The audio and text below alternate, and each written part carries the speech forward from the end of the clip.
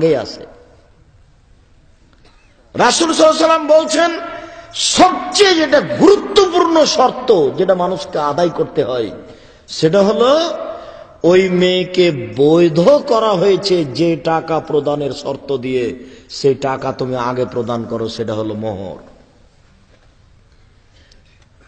কতগুলো কৌশল বিবাহের ঘরেই বাসর ঘরে বলছে মোহরটা মাফ করে দাও, আবার কতগুলো সংসার মোহর দেয়নি, মরার সময়তে বলছে যে তোমাকে 10 শতক জমি দিয়ে দিলাম।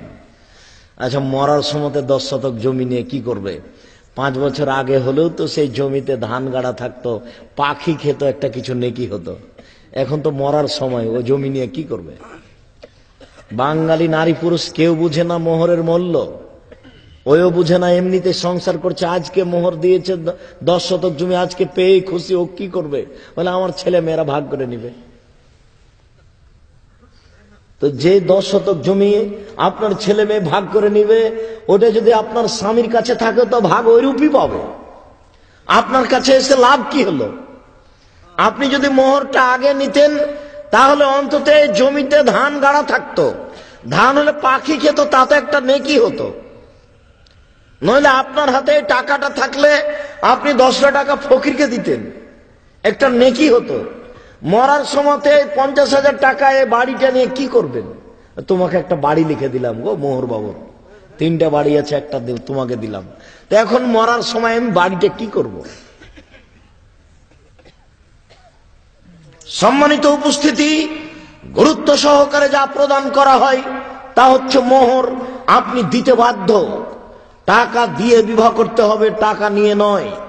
এই কারণে আমরা শতদিন বলেছি ভিক্ষা করা টাকা দিয়ে চাউল কিনে ভাত খেয়ে ইবাদত কবুল হবে। ভিক্ষা করা টাকা দিয়ে চাউল কিনে ভাত খেয়ে ইবাদত কবুল হবে। যৌতুকের টাকা দিয়ে চাউল কিনে ভাত খেয়ে ইবাদত কবুল হবে না, যৌতুক হারাম। এই নীতি ত্যাগ করতে হবে, নীতি হারাম। এই নীতি ত্যাগ করতে হবে, এই নীতি হারাম। যৌতুক হারাম, ভিক্ষা করে খাওয়া ভালো। কাপুরুষের সন্তান কাপুরুষ, আমি তোমাকে গালি দিনি, তুমি কেন বুঝে নিলে? আব্দুর রাজাক সাহেব আমাদেরকে কাপুরুষ বলে গালি দিল। কাপুরুষ শব্দটা ব্যবহার হয় বীর পুরুষের মোকাবেলায়। তুমি বীর পুরুষ হতে পারলে না কেন? তুমি তোমার বাপের জমিদারি আছে, বড় ব্যবসা করো, টাকা কম আছে কলা বিক্রি করে খাও, তার চেয়ে টাকা কম আছে চকলেট বিক্রি করে খাও, টাকায় নাই দিন মজুরি করে খাও, দিন মজুরি করে খেতে না পারলে ভিক্ষা করে খাও। তুমি যৌতুক নিলে কেন? ভিক্ষা দেয় না তোমরা বাপ বেটাকে কেউ? ভিক্ষা পাও না তোমরা? মানুষের টাকার দিকে চেয়ে থাকো কেন? লজ্জা হয় না? বাপ বেটাকে লজ্জা লাগে না? মানুষের টাকা চাইবে কেন কাপুরুষ? শ্বশুরের টাকা দিয়ে সাইকেল মোটরসাইকেল কিনে চড়ে বেড়াও কেন? ভিক্ষা করে খাও। আগামীকাল সন্ধ্যা হতে হতে মোটরসাইকেল ফেরত দিয়ে শ্বশুরকে। বাপের জমি বিক্রি করো, দিয়ে গাড়ি কিনো। ভিক্ষুক কেন সেজেছ? ভিক্ষা করে খেতে চাও কেন? মানুষের কাছে হাত পাতো কেন? কেন তোমার ভিতরে এটা আসলো আমার শ্বশুর আমাকে মোটরসাইকেল দিবে, আমার শ্বশুর আমাকে গাড়ি দিবে? এই নীতি কেন আসলো? কেন তুমি বলতে শিখলে আমাকে খুশি হয়ে দিয়েছে? তুমি এই নীতির মুখে লাথি মারো। তুমি বলো আমি বীর পুরুষের সন্তান, বীর পুরুষের টাকার মুখে আমি লাথি মারি। আমি দিন মজুরি করে খাবো, সারাদিন দিন মজুরি করে খেয়ে 200 টাকা পাবো, আমি 150 টাকা খাবো, 50 টাকা রেখে দিব।